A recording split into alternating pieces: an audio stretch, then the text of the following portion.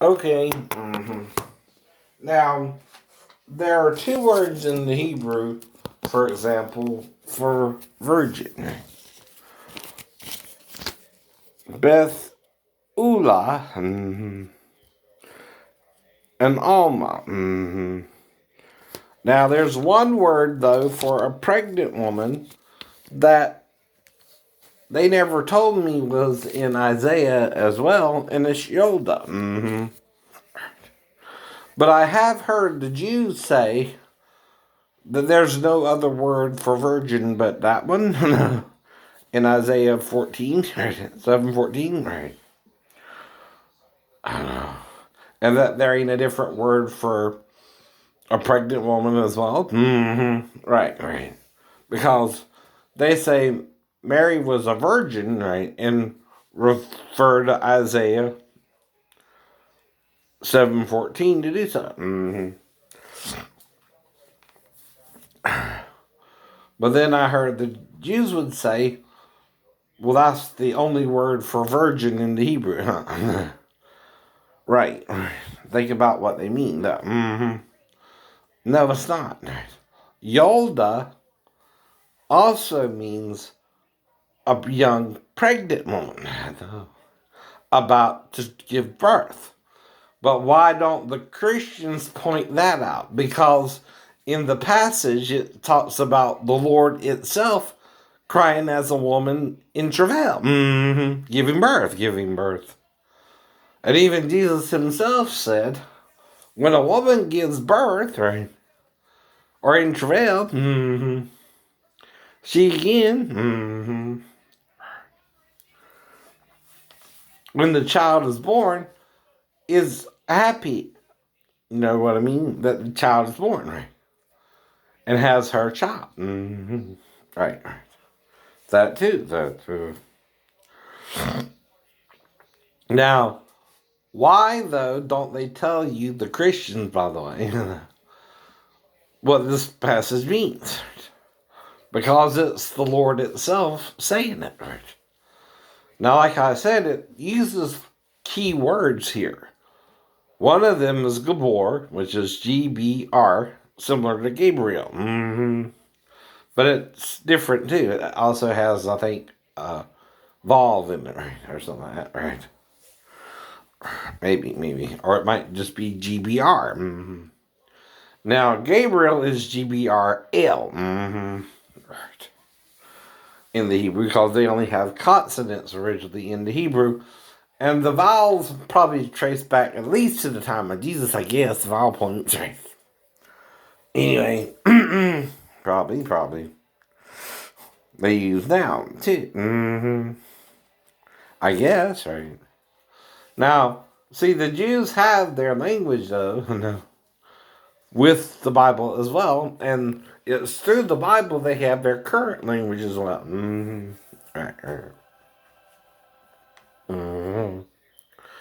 Right.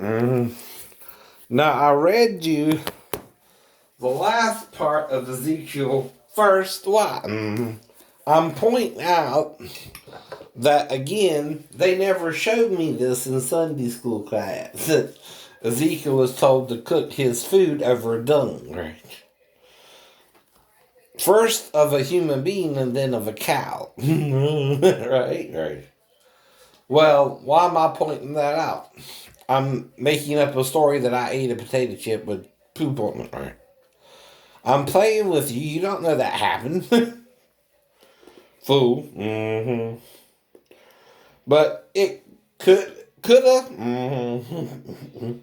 but didn't.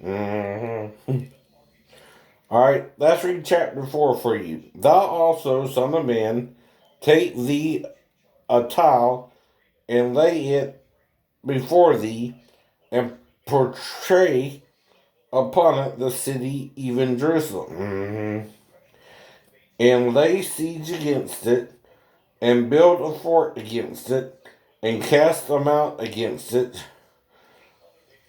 Set the camp also against it, and set battering rams against it round about. Moreover, take thou unto thee an iron pen, and set for a wall of iron between thee and the city, and set thy face against it, and it shall be besieged, and thou shalt lay siege against it. This shall be a sign to the house of Israel. Lie thou also upon thy left side, and lay the iniquity of the house of Israel upon it, according to the number of the days that thou shalt lie upon it, thou shalt bear their iniquity. For I have laid upon thee the years of their iniquity, according to the number of the days, 390 days. So shalt thou bear the iniquity of the house of Israel. And this is Ezekiel himself, right? Bearing their iniquity. And when thou hast accomplished them, lie again on thy right side, and thou shalt bear the iniquity of the house of Judah 40 days. And I have appointed thee each day for a year. Right? This is what I mean when sometimes people say in the Bible, a day can be a year or 1,000 years or whatever, right? Exactly. Therefore thou shalt set thy face towards the siege of Jerusalem, and thine arms shall be uncovered, and thou shalt prophesy against it. And behold, I will lay bands upon thee, and thou shalt not turn thee from one side to another, till thou hast ended the days of thy siege. Take thou also unto thee wheat and barley and beans and lentils and millets and fitches, and put them in one vessel, and make thee bread thereof, according to the number of the days that thou shalt lie upon thy side. 390 days shalt thou eat thereof. And thy meats which thou shalt eat shall be by weight 20 shekels a day. From time to time shalt thou eat it. Thou shalt drink also water by measure, the 6th part of an hin. From time to time thou shalt drink. And thou shalt eat it as barley cakes, and thou shalt bake it with dung that cometh out of man in their sight.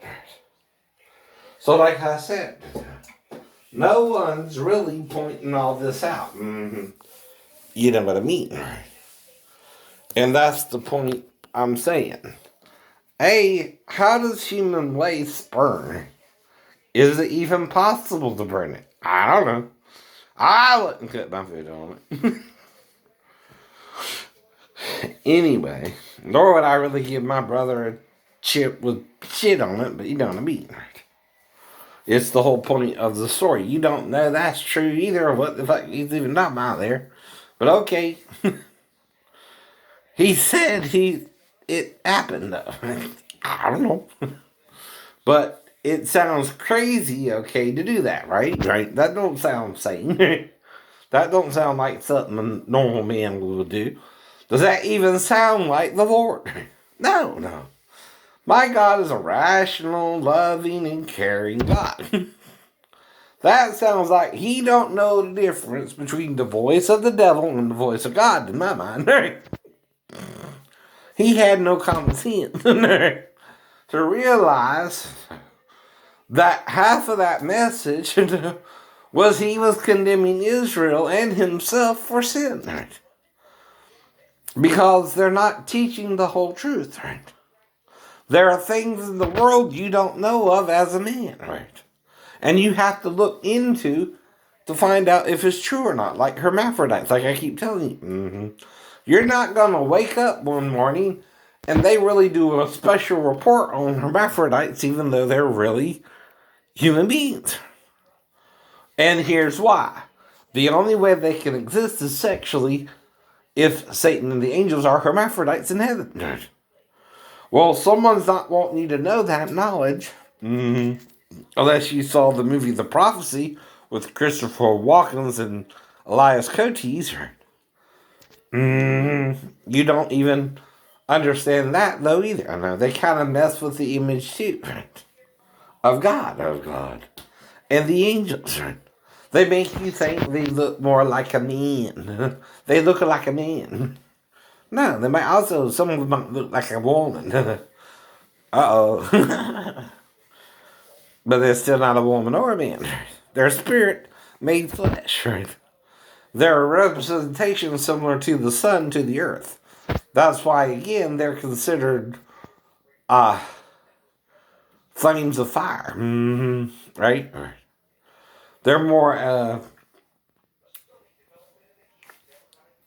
different view of the spirit, too. It's kind of greater than our light, right? Being that we're in the human form, and when our spirit leaves the body, right, we too die, and what little spirit we have in us goes back to God too. Yet Satan, was once alive, in the human form too. Else, whose penis could Eve see near the fig leaf tree that appeared as if it was a serpent on a limb? You never seen that image before, right? The serpent usually is near the fig tree, right? And it's in the tree. Sometimes too. On a branch or something. Where Eve can see it. Talking to her. Well, there's a part of the male anatomy that if even her naivete saw, might would mistake it for a what? Serpent? If it was what? Erect? Or in it, Satan was hard for her. How they would say it medically. Or something of that nature. Now, we do know, though, right?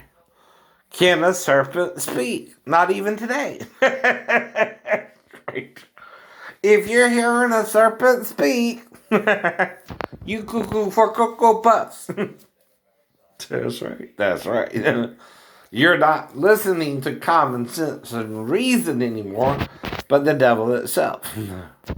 Now, the problem is, you're condemning the hermaphrodites here for the sin of Satan and the other angels in Eden as if they're not free will human beings as well, like Ezekiel also pointed out. The soul that sins, it shall die. Too. He says that as well. But you want to condemn the hermaphroditic human beings for the hermaphroditic angels who assumed human form and had sex with the daughters of men, right? In Genesis chapter 16, right? Now, clearly, if the gene is still in the gene pool, we didn't get them all with flood. You understand that too, right? Now, the flood also could have to do with more of a huge regional flood, like, say, you have a valley, right? And that valley is filled with water from a long rain. Maybe even during the Ice Age. We don't know how long ago this shit was, right? And stuff like that. Right. But don't listen to me. I'm Shane Relief, right? I don't know what I'm talking about. My shipmates were not working with me and let the VA, the Navy, think I was schizophrenic. Don't you think? No. That isn't quid pro quo me too, right? Do it our way or get the fuck off our ship and we're going to make you crazy because we're going to mess with you and your girlfriend and you're going to start hearing voices. Something like that, right? Because I don't know what's going on. I don't know why she's doing all this. All I'm doing is writing her letters by hand. By hand, dear. For a reason. I don't have access to a typewriter. But the only way they can do that with my writing and how I write awkwardly is to use a typewriter. Now, why do I write the way I write, though, Sheena? So that we can copy my style. My style's right. See. I write oddly for a reason. Mm-hmm. Now, I'm sure the expert in penmanship and all that can see certain patterns in my writing, but even then, that's to throw everybody the fuck off. I know, right? Mm-hmm. But the worst thing you can do is make up clean and unclean words like your God to your children. And tell them, if you say this word, you're going to hell. If you say this word, you're a bad person. No, you're not. It's a word. There's no such thing as a good word or a bad word. It's just a damn word. That you're making bad to your children to make them think you're God to them. If Jesus used the word fornication, it's no different than the word fuck. It means the same thing. It's just kind of a contraction of it, too. There ain't no U-C-K in that word either, huh? I know. Fornication. Right. Okay, there's no K, I guess. But there is an F, there is a U, and there's a C. Right? Right.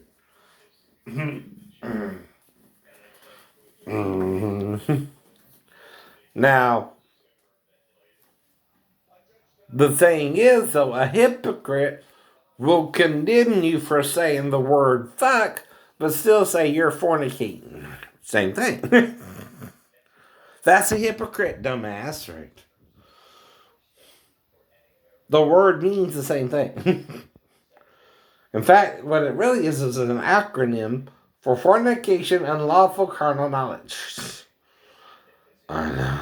Meaning, if you're married and you have sex with a married person, whether you're a man or a woman, right?